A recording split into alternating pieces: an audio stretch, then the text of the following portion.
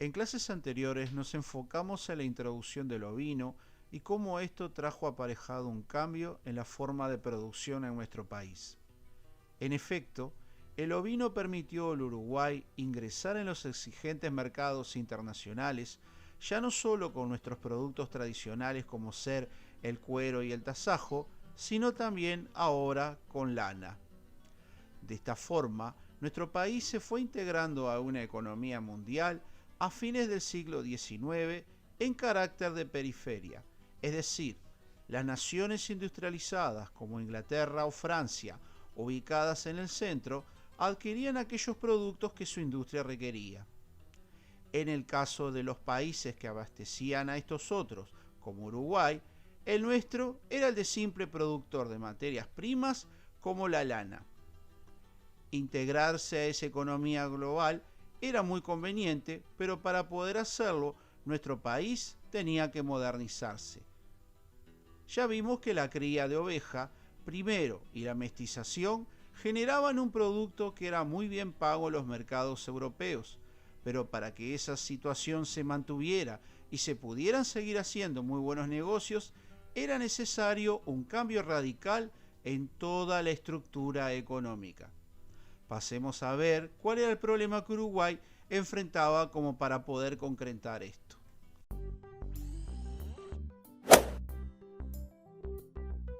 En el año de 1871, los estancieros y hacendados con una mentalidad empresarial crearon una organización existente hasta nuestros días llamada Asociación Rural del Uruguay, ARU.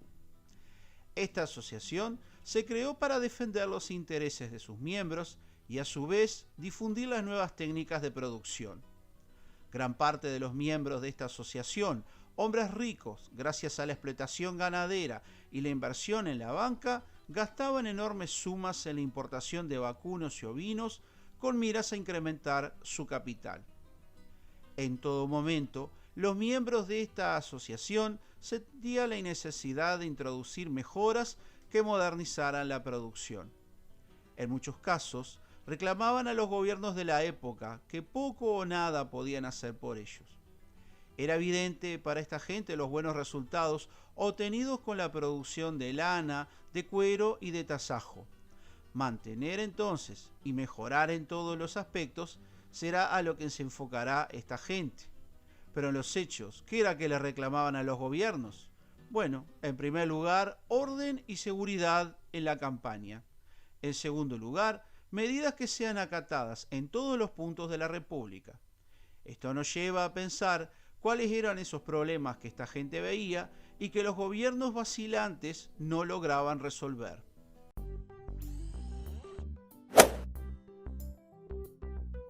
A las ya mencionadas dificultades con las que nació el país, debemos tener presente la falta de una reglamentación en cuanto a lo rural. Como recordarán, mencionamos el gran problema existente desde tiempos coloniales en cuanto a las estancias. Estos establecimientos, o estancias cimarronas si se quiere, en nada se parecía a la estancia empresa a la que los hacendados de la ORU querían llegar. Era ya una estructura anticuada, puesto que recordemos que el gran problema que tenía era la falta de una forma de proteger el ganado que en ella se encontraba. Independientemente si te dedicabas a la cría de ganado vacuno u ovino, no se podía pensar en mantener a los animales sin la protección de un tipo de cerramiento que asegurara la propiedad.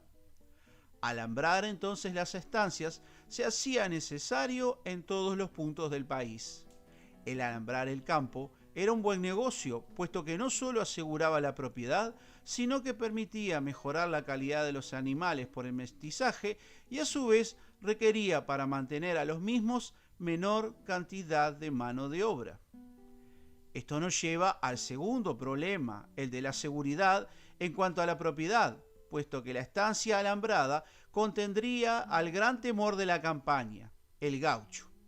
Este, del cual ya hemos hablado previamente, ha permanecido a lo largo del tiempo viviendo en la pradera, recorriendo todos los puntos del país y es visto como un verdadero azote por sus incursiones en las estancias a la que ingresa y tanto faena ganado como lo roba.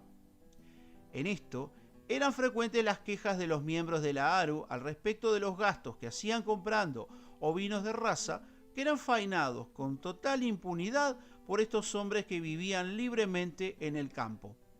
Si la estancia estaba alambrada y la campaña era vigilada por la policía, las cosas empezarían a cambiar. Por otro lado, se necesitaba no solo la seguridad del alambrado y que la policía de campaña podía traer, también era necesario mantener el orden en todo el territorio. El país era un crisol de violencia que se hacía necesario aplacar sin ningún tipo de miramiento. Para que tengamos una idea, el historiador Washington Lockard sostiene que en los 78 años que van desde 1832 a 1910, hubieron en el país 71 levantamientos armados, motines, asesinatos de presidentes, en una palabra, inestabilidad. En los hechos, alguna vez se mencionó a Uruguay como la tierra purpúrea por lo belicoso que llegó a ser un país tan nuevo como el nuestro.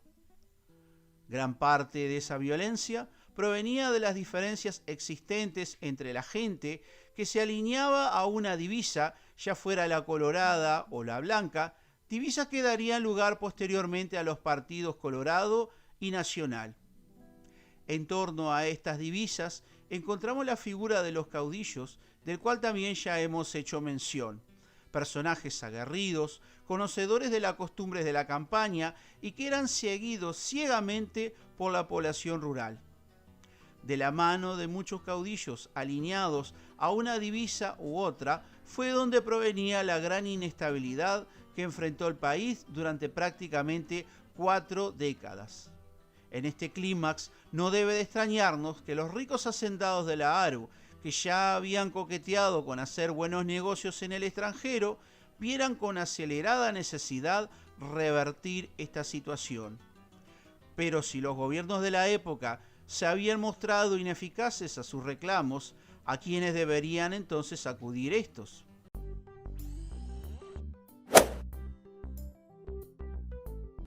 Cuando los reclamos a las autoridades cayeron en saco roto, era evidente que se hacía necesario el tener un plan B. Si los gobiernos no daban respuesta, entonces una institución como el ejército entraría en escena.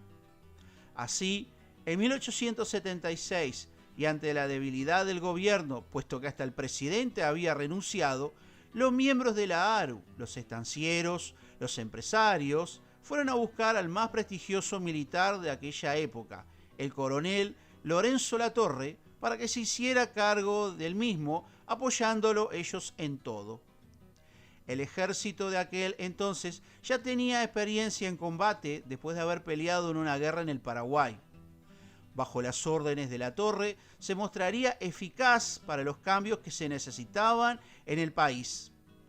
Latorre accedió a hacerse cargo del gobierno bajo el título de gobernador provisorio y no como presidente del país. De esa forma, daba inicio un periodo en la historia de nuestro país que se conoce con el nombre de militarismo y en la cual el gobierno es ejercido por oficiales del ejército. Los objetivos del gobierno de Latorre fueron el logro de la paz, la seguridad y el orden en la campaña sobre todo, y la afirmación de la propiedad privada. Por eso, durante el gobierno se procedió a lograr la paz interna y el orden en la campaña sobre todo, y la afirmación del derecho de propiedad privada. De esa manera, el comenzar a alambrar las estancias y el marcar los animales pasó a ser obligación para todos los grandes propietarios de tierra. Todos, de una forma u otra, adquirían alambre importado que ingresaba libre de impuestos en aras de cercar su propiedad. Para poder lograr traer orden en la campaña, el gobierno de Latorre contó con innovaciones técnicas como el ferrocarril y el telégrafo que permitían imponer la presencia del Estado en todos los rincones de la República. A su vez, para ponerle freno a cualquier levantamiento armado propio de los caudillos, el ejército contaba con modernos fusiles como el Mauser o el Remington que aplacaban cualquier intento de insurrección. Por su parte, la policía de campaña tenía la orden de apresar a cualquier merodeador o potencial delincuente que buscara continuar viviendo de la faena o del robo de ganado. El gaucho, como hasta el momento lo conocíamos, comenzó así a desaparecer. Con semejantes y rápidos cambios, no es de extrañarse las palabras del presidente de la ARU. Ahora sí comienza a ser habitable la campaña. En poco tiempo, las estancias que hasta el momento eran de límites indefinidos pasaron a estar alambradas y sus animales dentro del predio con marcas de la estancia todas ellas. Como es de entenderse, gran parte de la gente que había vivido de la faena de ganado suelto y el robo del mismo en las estancias no tuvo otra opción más que adaptarse y convertirse en peón de estancia o ser matrero con lo que ello traía aparejado. La otra gran reforma, promovida por Lorenzo Latorre, fue la reforma educativa, la cual se encomendó al joven abogado José Pedro Varela. En torno al trabajo de este, se gestaron los principios de la educación como la conocemos actualmente, gratuita, laica y obligatoria. Entre otras obras, Varela impulsó la creación de la Escuela de Artes y Oficios, génesis actual de la Universidad del Trabajo del Uruguay, UTU. De esta forma fue que el país, luego del impulso dado por el ovino, comenzó al fin a modernizarse.